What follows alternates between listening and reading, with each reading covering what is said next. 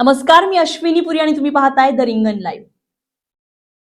मंडळी, लोकशाहीमध्ये सत्ता ही जनतेची असते. लोकप्रतिनिधी हे त्या सत्तेचे विश्वस्त असतात आणि कायदा हा सगळ्यांसाठी समान असतो. पण जेव्हा कायदे करणाऱ्यांच्याच नावावर फौजदारी प्रकरणांची नोंद असते, तेव्हा फक्त प्रश्न एका नेत्याचा राहत नाही. प्रश्न उभा राहतो तो संपूर्ण राजकीय व्यवस्थेच्या विश्वासार्हतेवर. आणि म्हणूनच या विषयाकडे सर्वोच्च न्यायालय ज्या गांभीर्यानं पाहत आहे ते अत्यंत महत्वाचं आहे. नुकत्याच सर्वोच्च न्यायालयासमोर सादर झालेल्या अहवालानुसार देशभरातील विद्यमान आणि माजी खासदार आमदारांविरोधात तब्बल 4192 फौजदारी खटले प्रलंबित आहे. त्यापैकी 519 खटले 10 वर्षांहून अधिक काळ रखडलेत. न्यायालयाच्या देखरेखीखाली जलद सुनावणीचा प्रयत्न होऊनही प्रलंबित प्रकरणांची संख्या कायम असल्याची बाबही समोर आली आहे. आता जर हा प्रश्न महाराष्ट्राच्या दारात आणूया. महाराष्ट्राच्या विधानसभेतील 288 विजेत्यांपैकी तब्बल 188 आमदारांनी स्वतःच्या निवडणूक प्रतिज्ञापत्रात फौजदारी प्रकरणांची नोंद माहिती दिली आहे आणि 116 आमदारांनी गंभीर स्वरूपाची प्रकरणं जाहीर केलेली आहेत. म्हणजे जवळपास प्रत्येक 10 पैकी 4 विजेत्यांवर गंभीर गुन्ह्यांची प्रकरणं जाहीर आहेत. आता इथेच खरी धक्कादायक गोष्ट आहे. ही आकडेवारी विरोधकांनी केलेला आरोप नाहीये. ही माहिती उमेदवारांनीच निवडणूक प्रतिज्ञापत्रात जाहीर केलेली आहे. महाराष्ट्राच्या राजकीय नकाशावर नजर टाकली तर बारामतीतून कणकवलीपर्यंत, श्रीगोंद्यापासून मीरा भाईंदर पर्यंत अनेक विजेत्यांच्या प्रतिज्ञापत्रात फौजदारी प्रकरणांची नोंद दिसते. बारामती मतदारसंघातील विजेत्याने 40 फौजदारी प्रकरणे जाहीर केली आहेत. कणकवलीतील विजेत्यानं 38, श्रीगोंद्याच्या विजेत्याने 21, तर मीरा भाईंदरच्या विजेत्यानं 18 प्रकरणे जाहीर केली आहेत. आता जरा थांबा, इथे गोष्ट स्पष्ट आहे. फौजदारी प्रकरण दाखल असणं म्हणजे संबंधित व्यक्ती दोषी ठरली असा अर्थ होत नाही. आरोप वेगळा, खटला वेगळा आणि दोष सिद्धी वेगळी. मग प्रश्न असा आहे, जर आरोप गंभीर असतील आणि खटले वर्षानुवर्ष प्रलंबित राहत असतील तर अंतिम सत्य बाहेर येणार कधी? 10-10 वर्ष खटले सुरू राहणार असतील तर न्याय नक्की मिळणार कधी? आणि न्यायालयाचा अंतिम निकाल येण्यापूर्वी त्याच व्यक्तीनं कायदे करायचे, सत्ता चालवायची आणि जनतेचे प्रतिनिधित्व करायचे, ही परिस्थिती लोकशाहीसाठी कितपत योग्य आहे? याच ठिकाणी सर्वोच्च न्यायालयाची भूमिका निर्णायक ठरते. कारण सर्वोच्च न्यायालयाचा प्रश्न हा कोणत्याही एका पक्षाला लक्ष्य करण्याचा नाही, प्रश्न आहे कायद्याच्या राज्याचा. न्यायालयासमोर हजारो खटले प्रलंबित असतील तर ही केवळ न्याय व्यवस्थेची समस्या नाही, हा लोकशाहीच्या विश्वासाचा प्रश्न आहे. म्हणतात ना, न्यायाला विलंब म्हणजे न्यायाला नकार.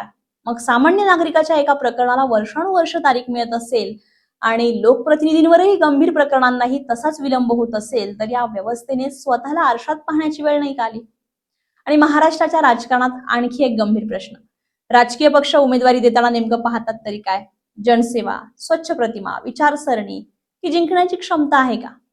कारण जर निवडणूक जिंकण्याची ताकद हा एकमेव निकष झाला तर मग पैसा, बाहुबल आणि राजकीय दबदबा यांच्यासाठी दरवाजा आपोआप उघडतो. कुंपणच शेत खात असेल तर शेताची राखण कोण करणार? ज्यांनी कायदा पाळायला सांगितलं त्यांच्यावरच गंभीर गुन्ह्यांची प्रकरणं असतील तर सामान्य नागरिकांना कायद्याचा धाक ठेवायचा तरी कसा? महाराष्ट्राच्या जनतेसमोरही काही प्रश्न आहेत. मत मागायला नेता तुमच्या दारात येतो, पण तुम्ही त्याला विचारता का तुमच्यावर किती गुन्हे आहेत, ते कोणत्या स्वरूपाचे आहेत, प्रकरण किती वर्षापासून न्यायालयात आहे, दोषसिद्धी झाली आहे का, आणि पक्षानं तुम्हालाच उमेदवारी का दिली? कारण मतदाराने प्रश्न विचारला नाही तर राजकारणात गुन्हेगारीला खतपाणी घालण्याची जबाबदारी कुठेतरी आपलीही ठरते. म्हणूनच मत हे केवळ बोटावरची शाई नाही, मत म्हणजे पुढची 5 वर्ष सत्ता कोणाच्या हातात द्यायची याचा जनतेने केलेला करार आहे. आणि आता सर्वात मोठा सवाल, सर्वोच्च न्यायालयात या प्रकरणांवर लक्ष ठेवावं लागतंय. विशेष न्यायालयांची चर्चा करावी लागते. हजारो खटले प्रलंबित आहे, 10-10 वर्षापासून प्रकरण अडकलेली आहेत. तर मग राजकीय पक्ष स्वतःहून आत्मपरीक्षण कधी करणार? गुन्हेगारी पार्श्वभूमी असलेल्या उमेदवारांना उमेदवारी देण्यापूर्वी पक्षांची नैतिक जबाबदारी कुठे जाते? जनतेसमोर गुन्हेगारी प्रकरणांची माहिती जाहीर करून मोकळं होणं पुरेसं आहे का? गंभीर आरोप असलेल्या प्रकरणांचा कालबद्ध निकाल लागण्यासाठी व्यवस्था तयार होणार कधी? आणि सगळ्यात महत्वाचं, लोकशाहीच्या मंदिरात कायदे करणाऱ्यांची निवड करताना आपण कुणाचा माणूस हा प्रश्न विचारणार, किती स्वच्छ आहे हा प्रश्न विचारणार? कारण आज प्रश्न एका पक्षाचा नाही, भाजपचा नाही, काँग्रेसचा नाही किंवा राष्ट्रवादीचा नाही किंवा शिवसेनेचाही नाही. प्रश्न आहे महाराष्ट्राच्या राजकीय संस्कृतीचा. राजकारण हे समाजसेवेचं माध्यम असायला हवं, गुन्हेगारीला राजकीय संरक्षण देण्याचं कवच नव्हे. आणि म्हणूनच सर्वोच्च न्यायालयाची भूमिका महत्वाची आहे.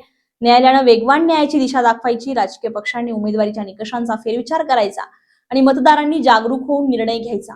नाहीतर आज गुन्हेगारी राजकारणाच्या दारात उभी आहे, उद्या ती राजकारणाच्या घरात असेल आणि परवा राजकारणच गुन्हेगारीच्या तावडीत गेलं तर लोकशाहीचा चौकट कोण वाचवणार? म्हणूनच महाराष्ट्रासमोर आजचा सवाल अगदी स्पष्ट आहे. सत्ता जिंकणारे प्रतिनिधी हवेत की विश्वास जिंकणारे लोकप्रतिनिधी?